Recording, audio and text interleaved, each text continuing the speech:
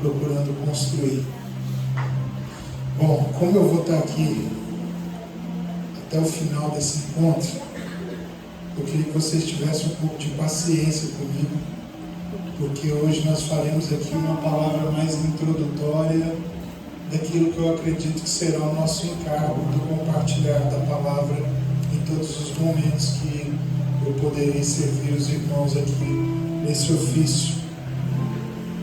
Então, hoje nós faremos vamos dar uma pincelada e para que amanhã a gente possa entrar de maneira mais objetiva daquilo que o Espírito vem colocando em meu coração para esse tempo. Pode ser assim? Aleluia. Queria que você abrisse a sua Bíblia então comigo no livro de Atos, no capítulo de número 4.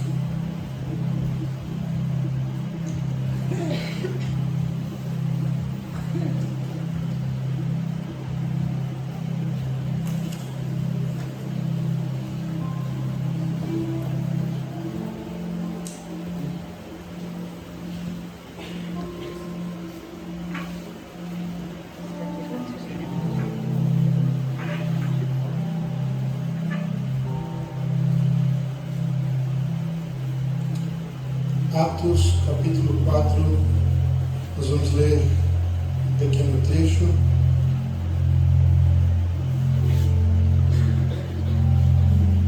E vamos ser diretos a partir do tema que o Senhor tem dado aos irmãos.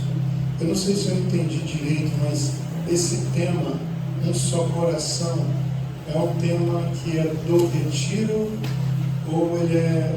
Vocês estão trabalhando o mesmo tema também no dia a dia da igreja? No dia a dia da igreja, não foi isso mesmo que eu entendi. Então, o texto diz assim, a partir do verso de número 32. Da multidão dos que creram, era o coração e a alma. Ninguém considerava exclusivamente sua nenhuma das coisas que possuía. Tudo, porém, lhes era comum. Com grande poder, os apóstolos davam testemunho da ressurreição do Senhor Jesus.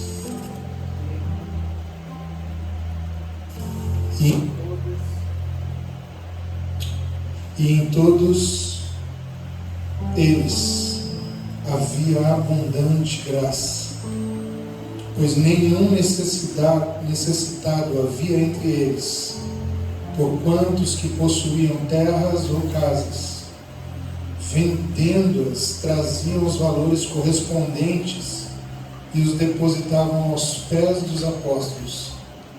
Então se distribuía a qualquer um à medida que alguém tinha necessidade.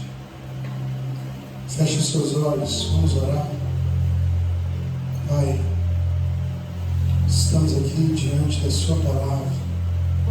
Queremos pedir que o teu Espírito venha ministrar aos nossos corações, reunidos aqui como igreja. Senhor, imagina assim enquanto falamos, o Senhor se manifeste e toma o controle de tudo nas suas mãos. Se enquanto nos quebrantamos aqui, você vem e, como foi declarado, faz outra vez, faz de novo aquilo que marcou a história e fez com que o Evangelho, a igreja, a tua palavra chegasse até nós e que isso nos trouxesse tanta esperança pelas coisas que ainda iriam acontecer. Imagina se você vem e faz agora, e faz hoje, e altera, Senhor, a constituição, a natureza, a essência do nosso caminhar, e de uma vida normal, de uma vida em que muitos ainda a fé é a sua religião, nos tornamos realmente como cartas vivas por um toque seu. Imagina, Senhor, que em um encontro como esse, as nossas vidas podem ser definitivamente marcadas, consagradas ao Senhor, para o Senhor.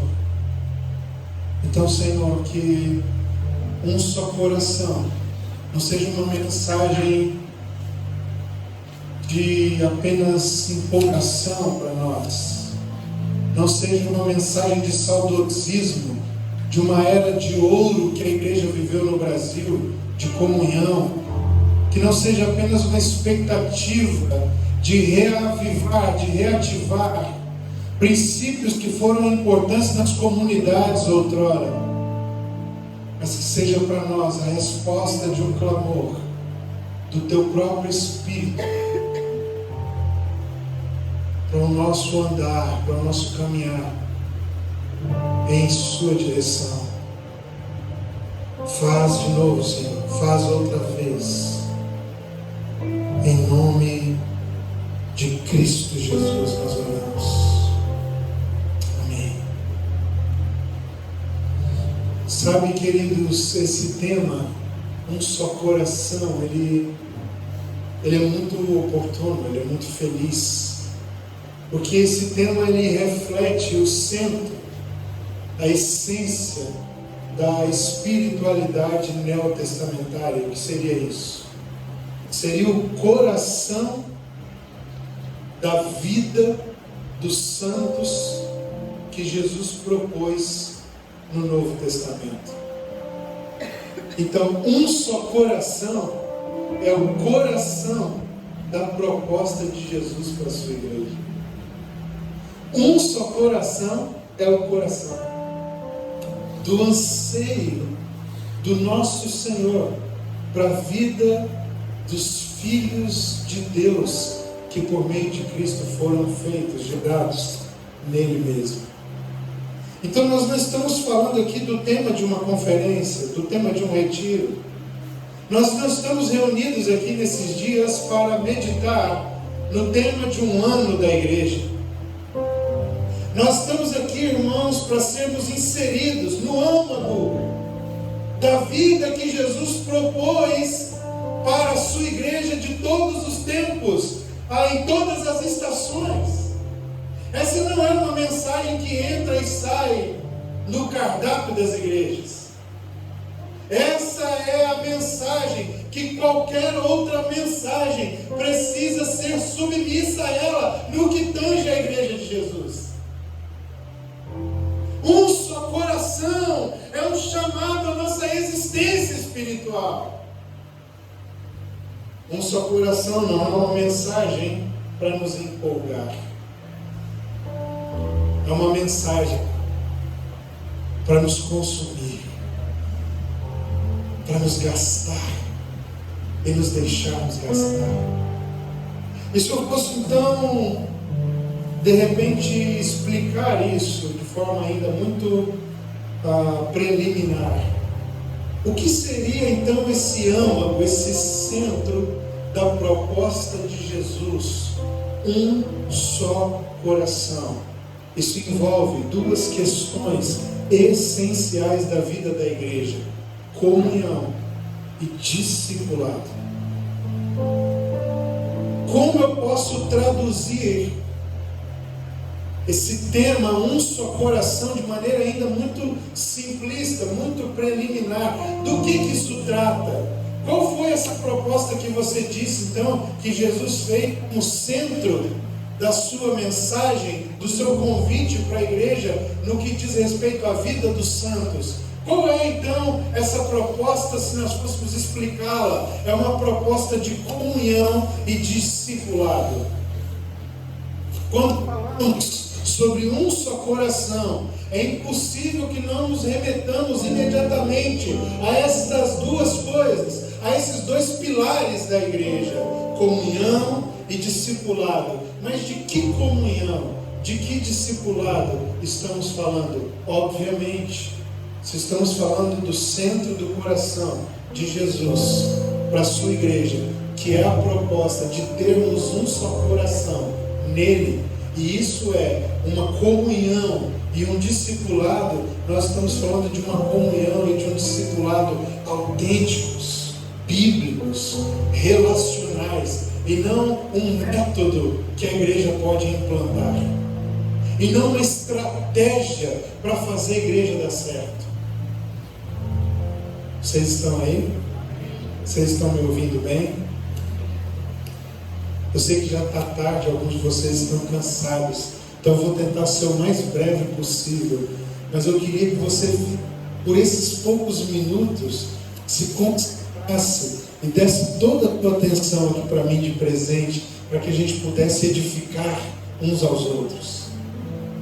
Então, se nós vamos falar sobre um só coração, Robertinho, tenho dito que nós estamos querendo fazer um evento para a igreja.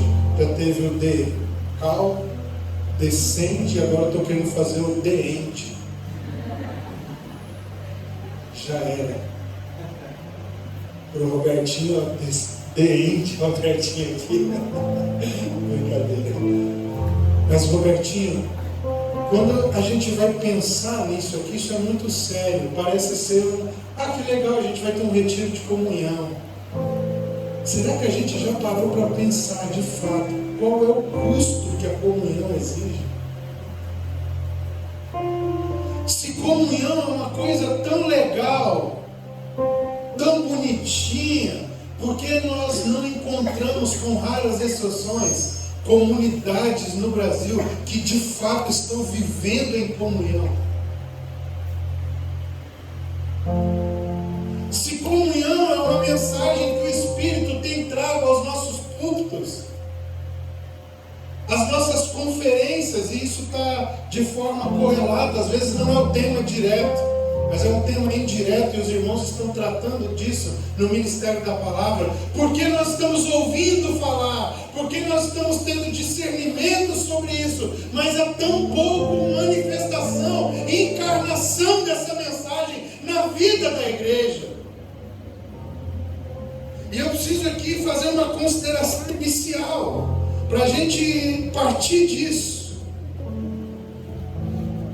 É que o homem que foi salvo em e para comunhão.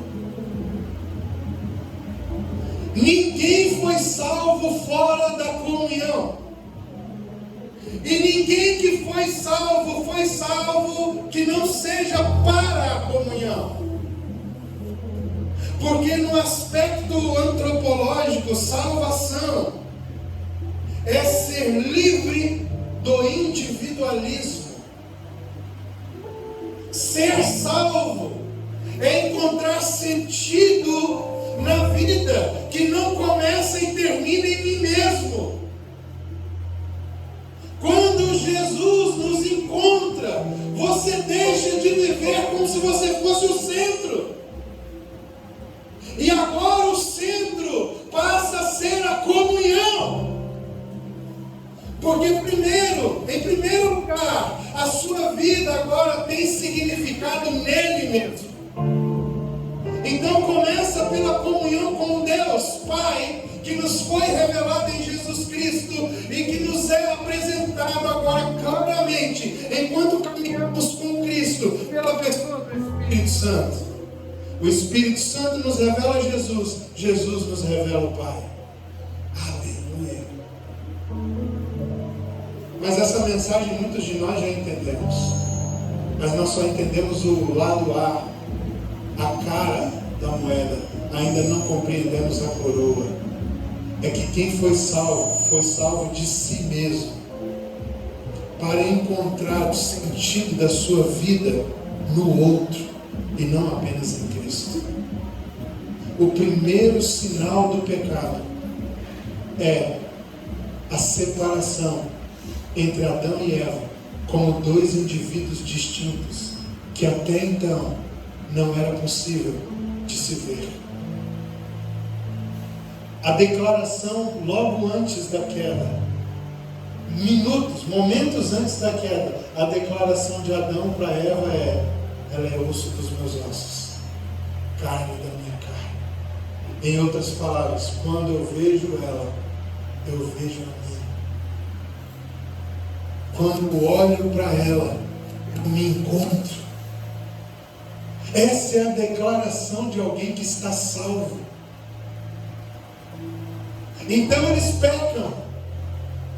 A presença agora é para eles um susto, uma culpa anunciada que traz condenação. A presença se aproxima e ele se esconde. E a primeira declaração desse homem, no que diz respeito ao seu relacionamento agora, a partir do pecado, é: não tenho nada a ver com isso, foi ela. Porque ali nós estamos enxergando o homem condenado. E o homem condenado, ele pensa no eu, a partir do eu, para o seu próprio eu. Mas o homem salvo, ele pensa a partir do nós, para o nós. Então, no sentido da nossa existência enquanto povo, ser salvo é ser reconectado, reencontrado com a minha identidade coletiva. E o que é isso? Comunhão. Porque como o homem foi criado baseado na essência do que o próprio Deus é: comunhão. Fomos criados em comunhão. Nós não aprendemos a comunhão. Nós fomos feitos para comunhão, porque a nossa identidade é comunhão, porque nós fomos feitos à imagem do próprio Deus, que é Pai, Filho e Espírito Santo. Quando o homem cai, nasce o individualismo. Agora a comunhão está quebrada, e o que eu sou, eu busco ser em mim mesmo. Quando a salvação em Jesus me encontra, eu sou livre dessa necessidade de ser afirmado em mim mesmo. E agora eu encontro parte da minha identidade nos meus irmãos. Comunhão. Eu costumo dizer o seguinte, não sei se eu posso entrar nesse assunto, mas agora já comecei e vou ter que terminar. Nós ensinamos por muito tempo que, sobre paternidade, por exemplo, Robertinho, que identidade tem a ver com a nossa relação com Deus Pai. E é verdade, mas não é toda a verdade. Porque identidade, à luz das Escrituras, é um transbordar coletivo. Você só consegue descobrir a sua identidade quando, depois de ir ao Pai, você vai enviado aos seus filhos. Porque é nos filhos do Pai que o Pai revela a identidade dos seus filhos. Então não adianta você ir só a Deus Pai por meio de Jesus, porque só ir a Deus Pai você é batizado de paternidade, você é batizado agora de um sentimento de filiação. Mas saber quem você é como filho é na comunhão com os outros filhos que você vai descobrindo. Não dá para ter identidade sem a comunhão, sem a igreja, sem o corpo. E essa identidade não é no culto que eu recebo, não é no retiro que eu recebo. Essa identidade, Caio, eu recebo quando eu me relaciono despretensiosamente, desinteressadamente com aquilo de Cristo que foi escondido em você. Então, comunhão é o esconderijo de Deus, para que a verdadeira identidade da igreja se manifeste publicamente. Se nós não secretamente nos encontrarmos uns nos outros, nós não conseguiremos publicamente revelar quem Ele é. E é por isso que Ele ora. Porque é um mistério que só pode ser resolvido em resposta à oração. Pai, eu oro para que eles sejam um. assim como eu sou contigo. Uau! Jesus tem a expectativa de que eu e você sejamos um, como Ele e o Pai são. Não é ser um do jeito que a gente quer, não é ser um do jeito que a gente gosta. Se isso já não fosse um desafio suficiente, porque a gente não está conseguindo ser um muitas vezes de jeito nenhum. Mas não satisfeito, Jesus não ora para que a gente tenha unidade, é para que a nossa unidade seja como é a dele com o Pai.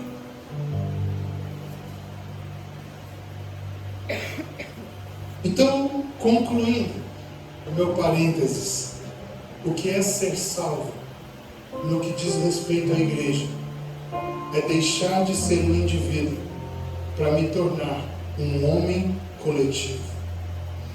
E o que faz isso? Comunhão. A obra da salvação para os filhos de Deus abre a porta que os insere de quem você é em si mesmo para quem todos nós somos em Cristo Jesus. Se você é salvo, comunhão é a sua vida. Eu não vim aqui perguntar se você quer viver em comunhão, porque essa pergunta jamais deve ser feita para a igreja de Jesus. Porque se você responder porventura negativamente, nós deveríamos convidar você a se retirar imediatamente do nosso grupo. Então, como nós não temos coragem e cara para isso, é melhor não tocar nesse assunto. Você só precisa saber, se você está em Cristo, comunhão não é uma escolha. É o único jeito possível de viver a sua vida que o Senhor te deu. Não temos escolha. Eu gosto de eu mesmo cuidar das minhas coisas e tomar as minhas decisões. Top! Então viva como um ímpio. Cuide você mesmo da sua vida. Afinal, todo o significado que você tem está em você mesmo por sua própria conta. Porque aqueles que estão em Cristo só têm significado na vida que Ele repartiu conosco, no homem coletivo. Porque tudo que Cristo é, Ele só é em nós, na sua igreja, e não em mim. E aqui cabe uma segunda correção. Ser salvo não é ter o nome escrito no livro da vida. É sobre isso que eu estou falando, para ir para o céu. Mas é ter sido inserido no corpo do Filho de Deus, a sua cabeça. E agora, deixei de ser eu e passei a ser nós, um com os meus irmãos. Agora sou salvo. Primeira correção. Segunda correção: eu sou igreja. Não, você não é igreja. Você pode fazer parte da igreja, porque para ter igreja só dá para ser no coletivo. Ninguém é igreja. Somos igreja. Entende a diferença disso? Isso muda muito. Porque isso faz com que algumas perspectivas contaminadas que já têm anos, quando nós vamos estudar outros assuntos, elas venham para a mesa. E aí, ao invés de a gente extrair revelação, nós impomos sobre o que Jesus disse em sua palavra a nossa perspectiva viciada, aculturada, evangélica. E não o texto vem e fala aos nossos corações, mas nós falamos para o texto até onde ele pode falar aos nossos corações. E aí, voltando agora, depois da segunda correção, para o nosso raciocínio, a comunhão custa tudo. E eu estou trabalhando aqui para nós darmos introdução nisso. A comunhão sobre a perspectiva da salvação. Ter comunhão é ser salvo. Como eu sei que alguém é salvo? Pelo tipo de comunhão que essa pessoa manifesta na sua vida.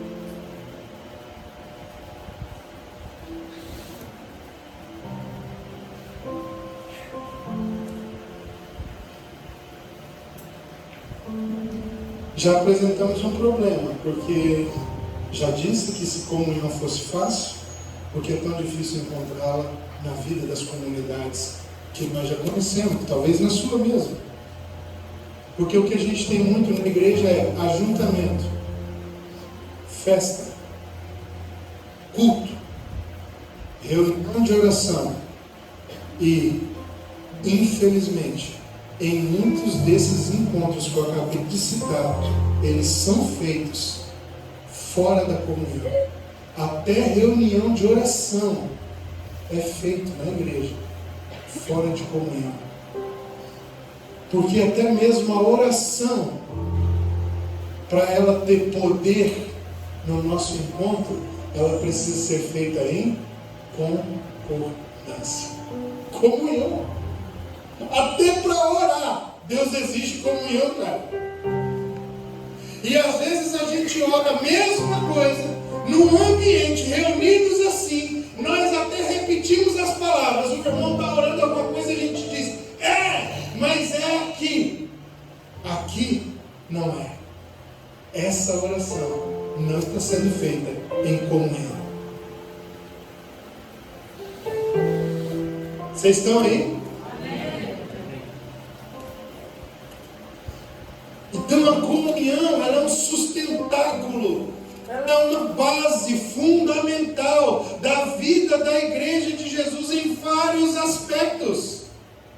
Se nós não estivermos abertos realmente a entrar nesse lugar, a viver esse lugar, a manifestar esse lugar profundo em Deus, nós podemos colocar a perder todas as grandes obras com as quais nós nos envolvemos e nos envolveremos nos próximos anos.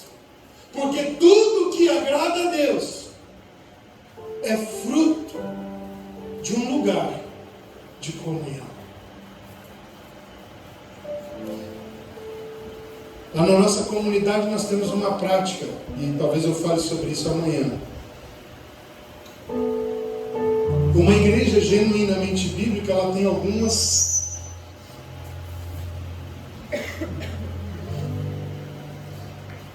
características que as escrituras mostram para que ela seja genuína. Tem alguns sinais. Um deles é aquilo que chamamos de generosidade, ou expressão de generosidade.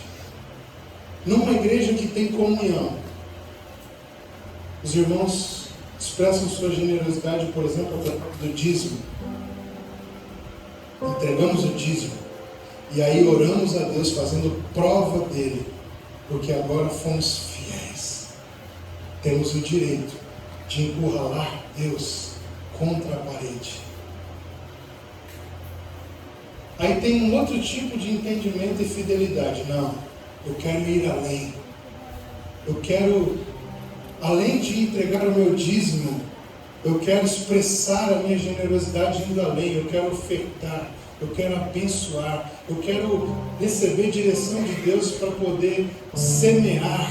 Essa palavra nós usamos muito. Semear na vida dos meus irmãos. Então, eu estou lá em oração, Deus fala comigo, dá uma oferta para o Rafa. Eu dou uma oferta para o Rafa. Uau! Incrível! Já saí da mentalidade da barganha e entrei na mentalidade do transbordo. Eu quero ir além. Isso é maravilhoso. Mas essa ainda não é a mentalidade neotestamentária. A mentalidade neotestamentária é: Deus falou comigo para eu dar uma oferta para o Rafa. E se eu vou dar uma oferta para o Rafa, quem vai fazer isso não sou eu, somos nós. Porque não há nada em Cristo que Deus se agrade que é feito no eu. Nada que é feito no eu, Deus recebe como adoração. Deus só recebe como adoração aquilo que é feito em Cristo. E para ser feito em Cristo, precisa ter o selo do seu corpo. Você já viu algum dedo fazendo algo sozinho por aí? Mas se eu te entreguei uma oferta, quem te entregou a oferta? Não, aqui agora, quem te entregou a sua oferta? Não, foi minha mão. Você já ouviu alguém falar aí? Obrigado pelo presente, irmão. Mas quem deu o copo foi a mão. Só que a mão não faz nada em si mesma se a cabeça não ordenar e passar por corpo. Então, quando ele diz, eu ganhei um copo de água, de quem? No seu caso, você diria, de Caroline. Não é assim que você falaria? De Caroline. De Caroline, né? Falaria assim.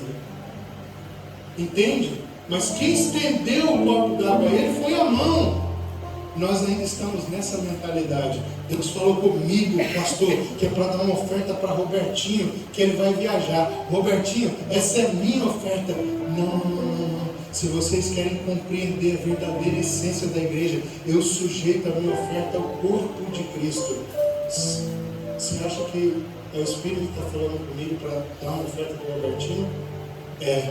Então, em nosso nome, leve a oferta para o Robertinho.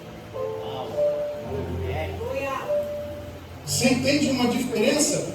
O resultado prático, objetivo, é o mesmo entre a segunda e a terceira mentalidade. Expressar a minha generosidade, mas fazer isso por intermédio do corpo pode fazer com que Deus se agrade ou não da nossa oferta. Porque tudo que Deus recebe como adoração veio envolvido em Cristo. E para estar envolvido em Cristo tem que ser feito no nós. Agora, de vez em quando algum irmão fala comigo, eu estava orando aqui e o Senhor me deu uma direção para dar uma oferta para fulano de tal. Aí eu estou tentando ensinar o irmão a ser um pouco mais maduro. Eu falo, entrega você mesmo a oferta para ele lá em nosso nome. A oferta que ele trabalhou, Deus proveu para ele. Ele que orou para saber se era para receber essa palavra. Deus falou, foi com ele, foi ele que ouviu. Eu só entrei de gaiato no navio, recebi a honra por isso. E ele ainda que foi quem fez o operacional.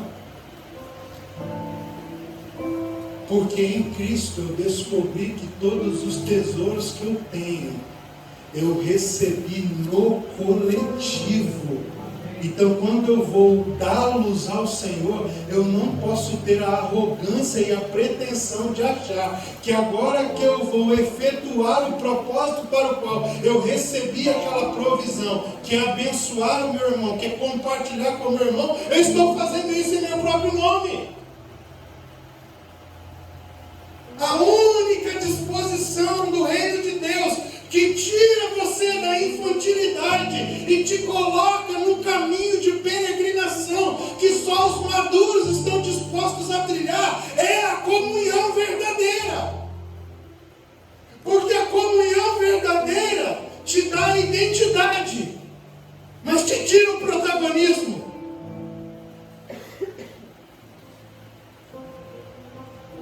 Te dá traços afetivos, mas tira de você todo tipo de personificação, estrelismo. Você não é mais o diferente entre nós.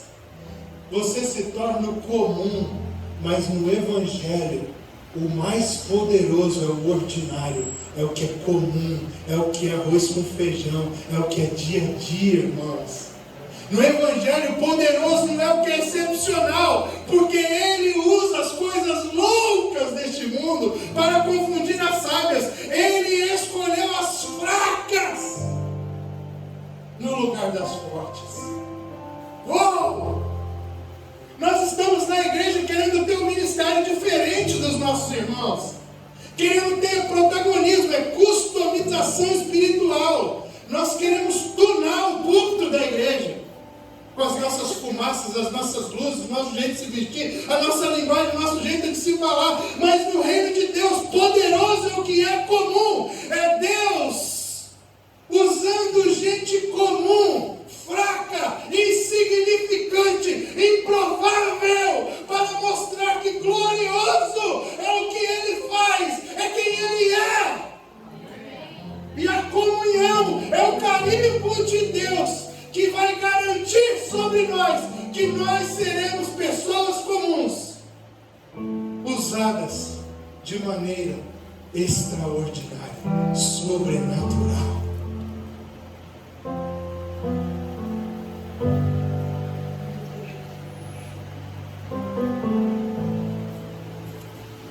Você entende isso?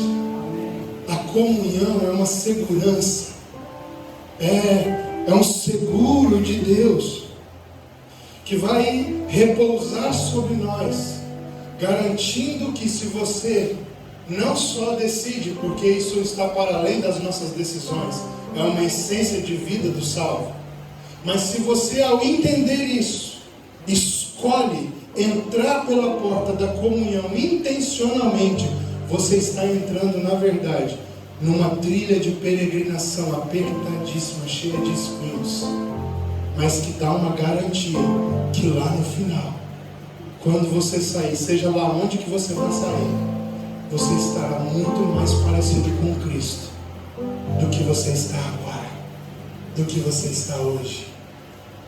Esse poder da comunhão é por meio de um relacionamento profundo e inteiro tornar a gente como e quais o nosso Senhor. Você consegue entender isso? Você quer se parecer com Cristo? A comunhão é o caminho. A comunhão é a jornada. Ah, mas você falou que eu já estou em comunhão. Sim, você está em comunhão. Mas isso é naquilo que Deus decidiu fazer quando te salvou. Agora você precisa decidir caminhar nesse caminho que Deus propôs para que você se desenvolva e seja aperfeiçoado nele. Existe a comunhão intrínseca, que é aquela que Deus fez e preparou para que andássemos nela. Mas existe a comunhão intencional, que é aquela que você escolhe andar nela, se despindo das suas vestes exteriores, das suas proteções, das suas armaduras, se desnudando diante dos seus irmãos, para que eles possam acessar você na sua verdadeira essência e depositar sobre você o que de Cristo eles têm comido e têm bebido. Então falar de comunhão é falar dessas coisas. Eu não sei se é sobre isso que vocês imaginavam que a gente ia falar, mas eu vou ter que falar sobre isso. Eu vou ter que compartilhar sobre isso. E aqui eu estou só ventilando. Amanhã a coisa vai ficar séria. A expressão um só coração, ela não descreve apenas essa coisa temática, como já falamos, mas ela manifesta uma realidade espiritual e poderíamos dizer até social da igreja apostólica, que chamamos de primitiva. Ela é uma realidade espiritual, social, glória a Deus, mas ela é muito mais do que isso, cara. Porque para o texto bíblico, quando Lucas usa essa expressão, ele estava falando aqui, por exemplo, no verso 32, de uma unidade total, de uma unidade plena. Não é só numa área espiritual, não é só numa área social, porque os irmãos tinham tudo em comum. Não, as expressões que Lucas usa intencionalmente é para evidenciar que havia uma unidade completa, total de vontade. Não era só pelo que Deus fez, como se fosse pouco, mas era pelo que Deus fez. E se não fosse suficiente tudo o que Deus fez, tudo o que nós vamos fazer juntos. Deus fez essa escolha, e eu quero dizer, Deus, eu concordo com ela, eu vou viver em comunhão. Se você quer que eu viva em comunhão, eu também decido, viverei em comunhão. Uou! O maior poder que há no Evangelho é quando Deus decide uma coisa e você decide junto com Ele. Porque Deus não quer servos inúteis que não possam compreender e raciocinar. Ele quer filhos maduros que, quando Ele diz 1, eles respondem 2.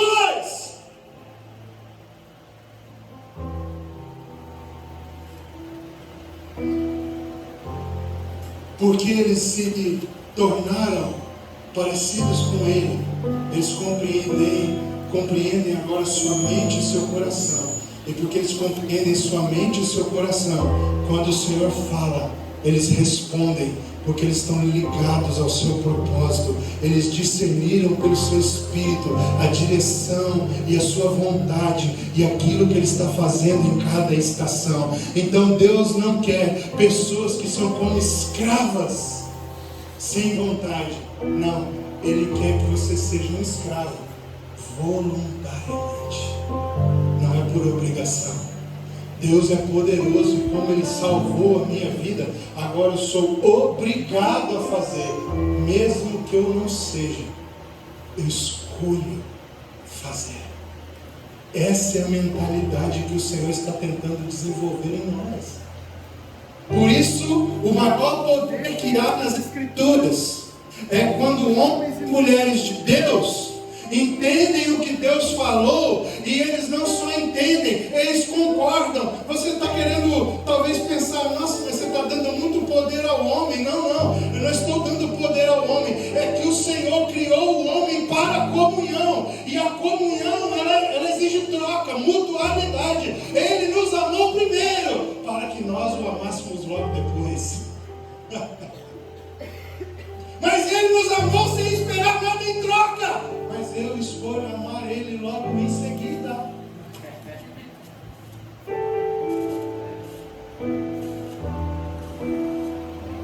Você entende isso?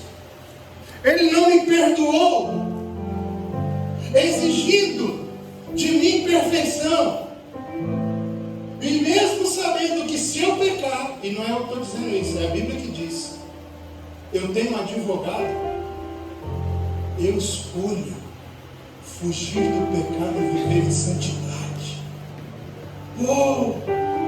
Isso muda tudo, cara. Você está com um negocinho aqui, cara. Agora que eu vi, você está bem intencionado, cara. Pode ligar, cara. O cara está no esconderijo ali, cara. Entende, Robertinho? Santidade não é Deus falando, Robertinho, agora eu exijo de você perfeição. Robertinho, eu te perdoo. Anda aqui no meu caminho. Isso é para o seu bem, meu filho. Se não acontecer alguma coisa, se aquebrante, eu venho, eu te perdoo.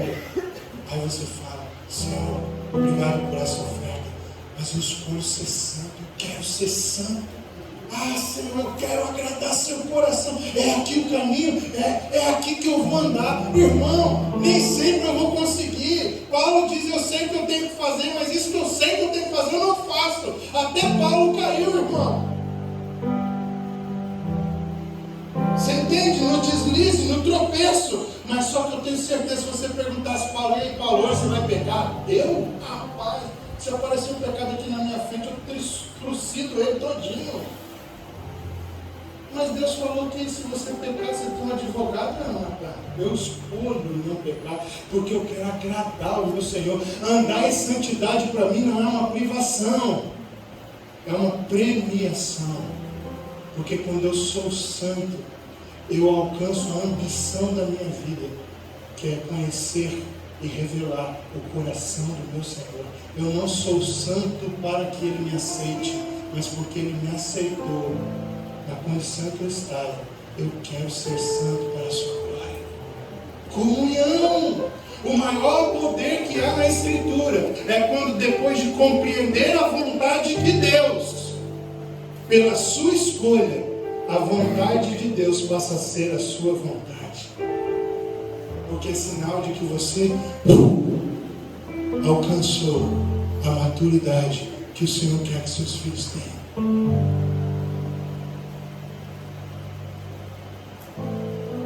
Você escolheu comunhão para nós?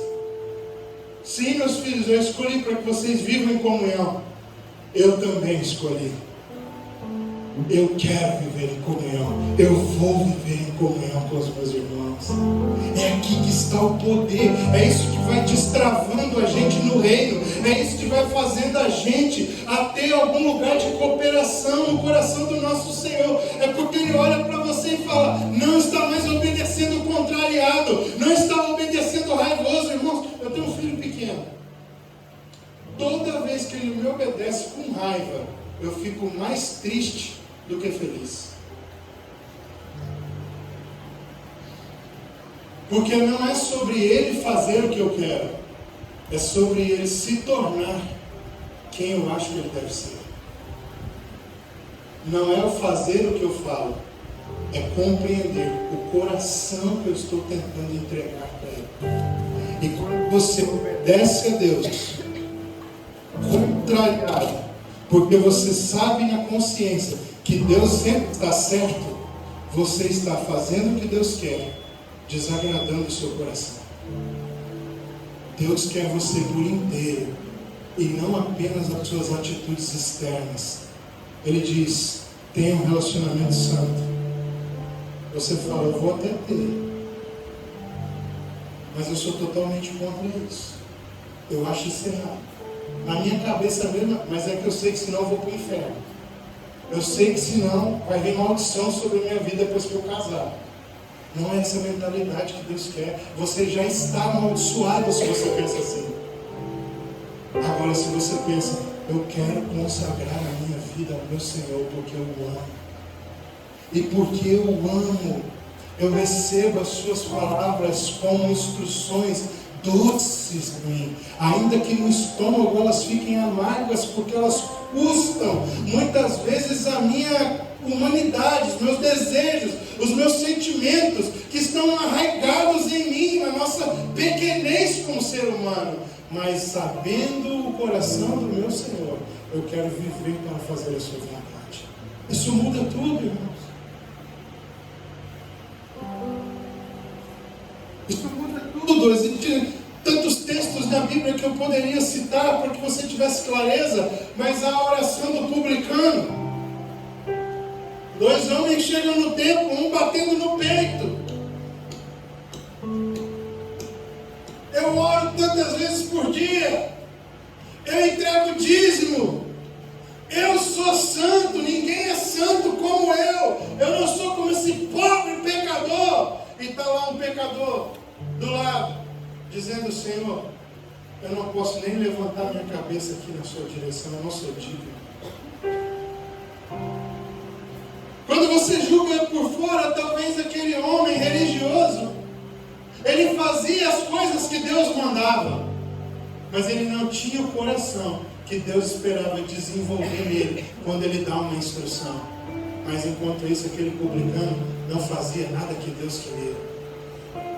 Mas no coração, o maior anseio dele, mesmo não conseguindo, era viver aquilo que Deus queria.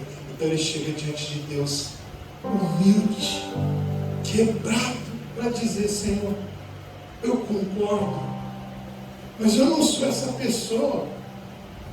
Eu sou esse traste aqui mesmo, eu não posso nem olhar na direção do Senhor, porque se ser próximo do Senhor é obedecer todas essas coisas, eu não faço nada disso. Eu não posso ter nenhum tipo de proximidade com você, Deus. E Jesus pergunta: quem desses homens saiu justificado? E vocês sabem a resposta. E a resposta que Jesus mesmo afirma é que saiu justificado aquele que não se achava digno.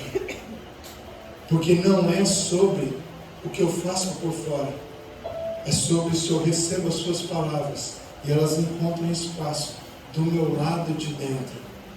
E óbvio que eu estou aqui descartando aquilo que nós precisamos viver em submissão à sua vontade, em obediência à sua palavra, mas a obediência precisa começar no coração. Obediência que não passa pelo coração é o filho pródigo que ficou em casa, que vivia com o pai, tinha tudo da herança que o pai construiu, mas nunca desfrutou de nada. E no momento em que ele pôde se alegrar, talvez pela primeira vez, porque algo novo estava acontecendo na sua casa, ele foi preso em si mesmo e revelou o verdadeiro coração que ele tinha dentro da casa de seu pai.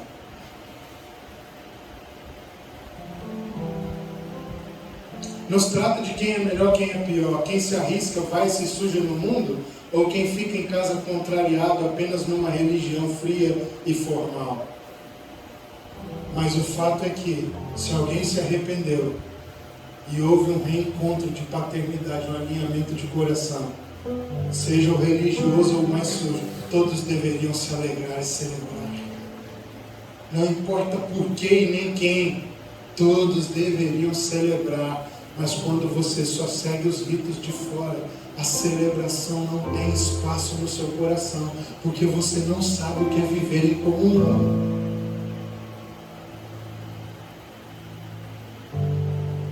Está nítido a intenção de Lucas aqui, em demonstrar para nós que não tem outro jeito de ser uma comunidade como essa comunidade, sem o poder do Espírito Santo.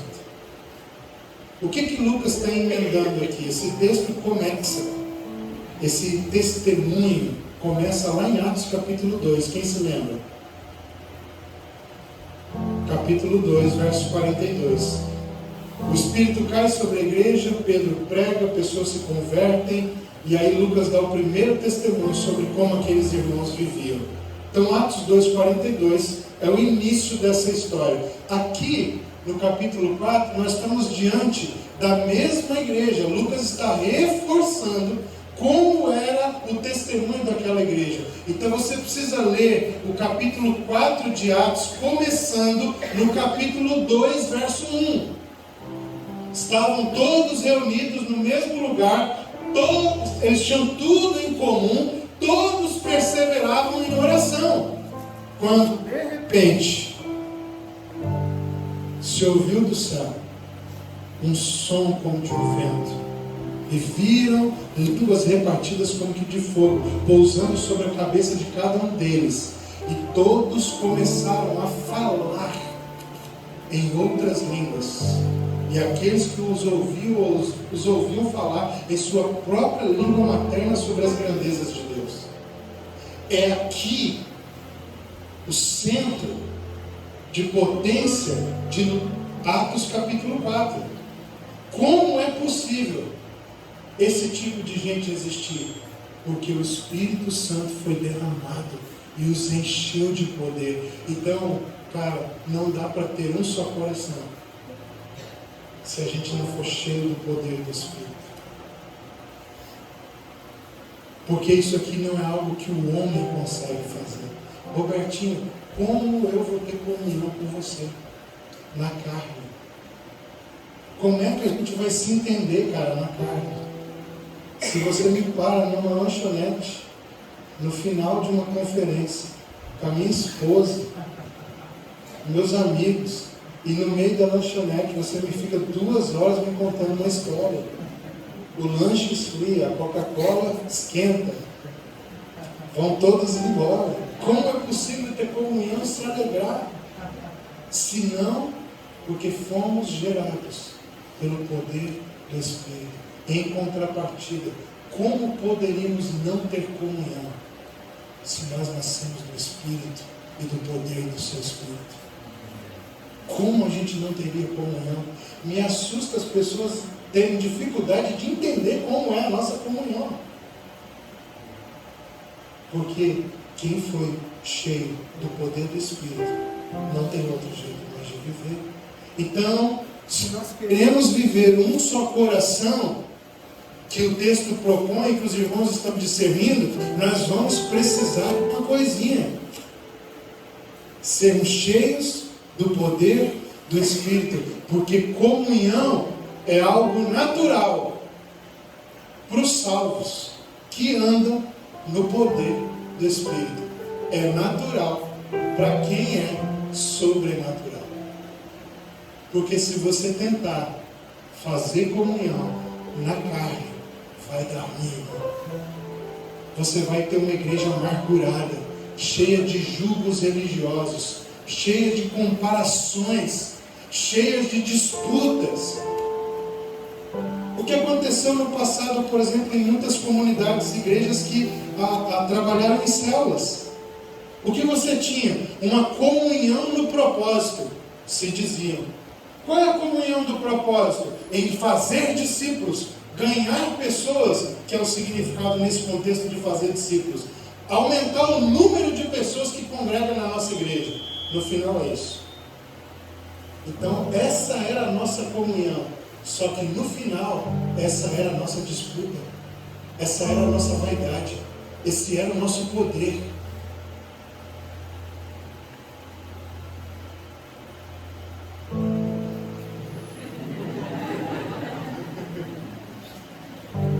Porque essa comunhão não é comunhão fruto daqueles que foram tocados pelo poder do Espírito. Porque todas as vezes que você aciona um método, você descarta o poder do Espírito. Então essa comunhão não poderia revelar a comunhão do poder do Espírito. E se ela não é constituída exatamente no poder do Espírito, e tem qualquer fermentinho, pequenininho que seja nela, ela vai gerar comparação, competição, disputa e envaidecimento no nosso meio. Por que você não faz tantos discípulos? Cara, você está muito fraco. Você está trabalhando pouco. Você se dedica pouco. Você ora pouco para o outro. Você jejua pouco. Sempre existe uma resposta. Será que não é Deus que quer assim?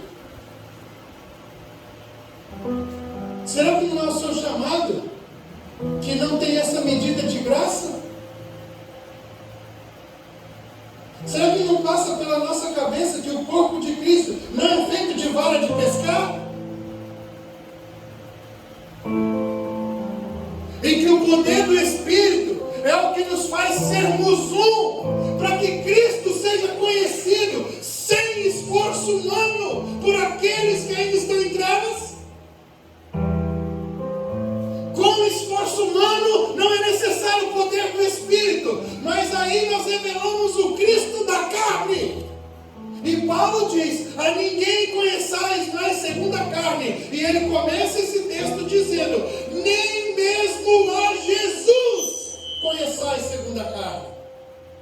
Como alguns conheceram, andaram com o Senhor, nem mesmo esses irmãos podem mais falar sobre Jesus na carne. Quantos estão entendendo isso? Quando nós decidimos trabalhar para Deus, sendo fora do poder do Espírito, seguindo as nossas estratégias, a gente até prega o Evangelho, mas é o Evangelho de um Jesus carnal. Não como se Jesus tivesse pecado, mas como se ele fosse um homem que tem que ser concebido pela inteligência dos homens. E o Evangelho é o poder de Deus, não é pregado na persuasão. E este Cristo que o Evangelho do poder anuncia, ele é crucificado. E Paulo diz: escândalo para os que não creem, mas para nós que cremos, poder de Deus. Se o Evangelho que pregamos como poder, só podemos pregá-lo se formos tocados pelo poder do Espírito, e o poder do Espírito nos fará fazer isso em comunhão. E quando fazemos comunhão, eliminamos o esforço humano, e o nosso comprometimento de fazê-lo conhecido manifesta-se por meio da sua graça sobre nós, que nos reveste com seus dons. E quando eu fluo nos dons do Espírito, é leve. Não há esforço humano. Ele faz o que Ele quer. E assim as pessoas conhecem o Cristo do corpo que anda em comunhão, em unidade. E quando o corpo que anda em unidade revela Cristo, eles conhecem o Cristo da fé, não o Cristo da carne. Não o Cristo dos debates, não o Cristo da imposição, não o Cristo da religião, mas o Cristo que encarnou, como filho obedeceu até a morte, na cruz morreu por nós, e ao terceiro dia ressuscitou. E depois de instruir os seus discípulos por 40 dias, ascendeu ao céu. E no dia de Pentecostes, 10 dias depois da sua ascensão, derramou o seu Espírito sobre todos aqueles que estavam ali.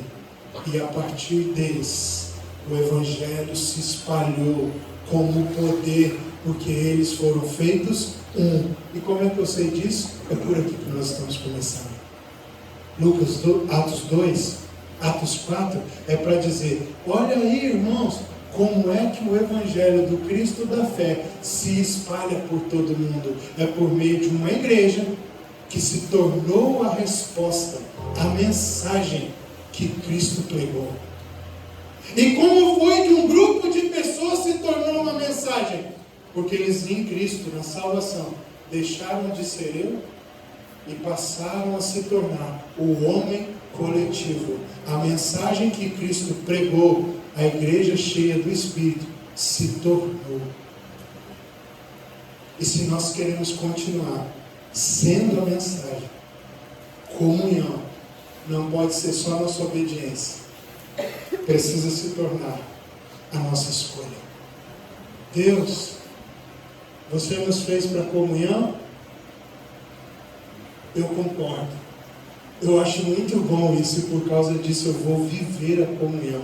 No que depender do Senhor, eu já sei o que você quer e o seu Espírito que fará sobre mim. E no que depender de mim, Senhor, eu também viverei isso. Entende a diferença, irmãos? Eu quero encerrar esse pequeno compartilhar aqui, levando você a ter uma clareza de qual caminho eu quero que a gente possa navegar aqui. Esse é um caminho de reflexão, não é um caminho muito objetivo. Talvez eu não vou dar aqui muitas respostas aos irmãos. Eu não vou dar respostas talvez tão práticas para que você saia daqui pensando, eu recebi uma cartilha lá no retiro entre os jovens. A gente já sabe que entre os jovens quais são os 10 passos para a comunhão, para um só coração. Essa não é a minha perspectiva. Talvez até o Robertinho, o pastor Exaltino, alguns dos irmãos venham aqui, pegam alguma coisa que eu falei e transformem isso numa pedagogia, e não tem problema. Mas não é essa a minha perspectiva aqui nesses dias. A minha perspectiva é de fazer você fazer uma reflexão profunda sobre o seu jeito de caminhar, sobre onde está o seu coração. Porque Jesus disse que onde estiver o seu tesouro, aí estará também o seu coração. E se nós queremos ter um só coração, qual é o nosso tesouro? Amém. Se nós tivermos tesouros em lugares diferentes, como é que nós podemos ter um só coração? Talvez o seu coração é em Jesus e na sua faculdade. Talvez o seu coração é em Jesus e no seu sonho de empreender, ganhar muito dinheiro, principalmente se for pela internet, que você não tem que fazer nada, fica só em casa e as vendas acontecem sozinhas, porque esse é o sonho de mais de 50% dos jovens agora. Estourar algum negócio na internet que ele vai para a praia e do celular dele ele fica só vendo dinheiro cair, gastando dinheiro na praia ou viajando para algum país do mundo. Talvez esse é seu coração, você quer Jesus, mas junto com Jesus tem algumas coisas que ocupam o seu coração. Só que aí tem um outro irmãozinho que o coração dele, o tesouro dele é só o Senhor. Então o coração dele está só no Senhor, porque onde estiver o teu tesouro, aí estará também teu coração. Não tem como quem o coração está só em Jesus ter o mesmo coração com quem está em Jesus e nas riquezas desse mundo. Em Jesus e no seu status profissional. Em Jesus e na realização do sonho da sua família. Porque para ter um só coração, o coração de todos nós vai ter que estar com o mesmo tesouro. Qual é o tesouro do seu coração? Qual é a pérola de grande valor? que você tem. Sabe, será que você pode estar alistado aqui nesses dias em gente que vai ter o coração alinhado, coração vinculado um ao outro? Será que você pode estar na lista? Ou será que seu coração chegou aqui em vários lugares, em várias coisas? E aí, irmão, como é que a gente vai ter o mesmo coração se o seu coração não é inteiro em algo, no Senhor? Se o seu coração não está íntegro, se o seu coração está todo fragmentado em várias coisas, desfacelado em várias expectativas, em vários anseios, em várias ambições terrenas, carnais. Como nós vamos ter um só coração, se o seu coração não é inteiramente dele? Eu não sei, irmãos, mas se o Senhor não for a nossa única coisa, a nossa única pedra preciosa, nós não vamos conseguir entrar nesse lugar de um só coração.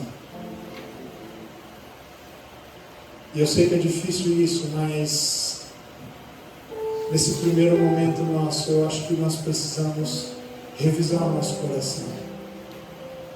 Será que você pode verdadeiramente dizer: o meu coração é do meu Senhor? Será que você poderia cantar como aquela mulher sulamita: eu sou do meu amado, e o meu amado é meu?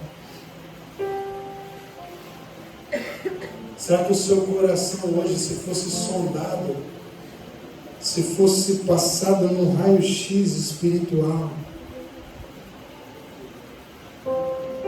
seu coração poderia ser identificado como um coração que ama Jesus verdadeiramente? Será que você não veio aqui para esse retiro com a expectativa de que nesse retiro algo que você deseja, que você anseia ia acontecer com você na sua vida? Sua expectativa é sobre você e não sobre Jesus? Talvez você veja aqui achando que você vai sair daqui com uma namoradinha. Eu não conheço o seu coração, você conhece o seu coração. Você sabe o que te trouxe aqui. Tantas coisas podem estar entre nós e o Senhor, mas a minha pergunta para vocês é: o seu coração é totalmente dele? Porque se o nosso coração não for totalmente dele, a gente pode até ter um só coração, mas com gente que tem as mesmas sujeiras no coração que a gente, com gente que escolheu a pérola de grande valor, nós não vamos conseguir ter um só coração. Porque a nossa comunhão ou é no Espírito ou é na carne. Não tem como ser as duas coisas ao mesmo tempo. E isso não quer dizer que você tem que ser perfeito, mas tem que ter pelo menos o coração daquele publicano para dizer: Senhor, eu não consigo viver, eu tenho patinado, mas você é para mim o meu tudo. O meu coração é teu, Senhor. Eu sou essa vergonha, eu sou essa tristeza, eu sou essa pessoa falha, mas o meu coração é teu, e eu quero te entregar a Ele outra vez, e amanhã de novo, e amanhã de novo, amanhã. Eu aceitei Jesus, irmãos, na minha caminhada mais de 50 vezes.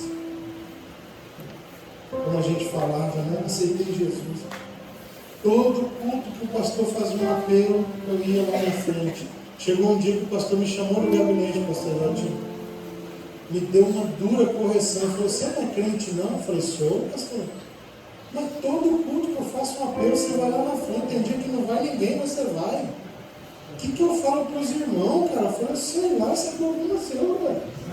Deixa eu falar o que você quiser para os irmãos. Eu sei o que eu vou falar para ele. Eu sei de onde ele me tirou. Eu conheço as minhas falhas. Eu sei aonde eu ainda preciso me arrepender e de quanto eu preciso da sua graça, pastor. Todas as vezes que eu entender que eu preciso me entregar de novo, eu vou. E não importa o que os irmãos pensarem de mim. Eu vou me entregar.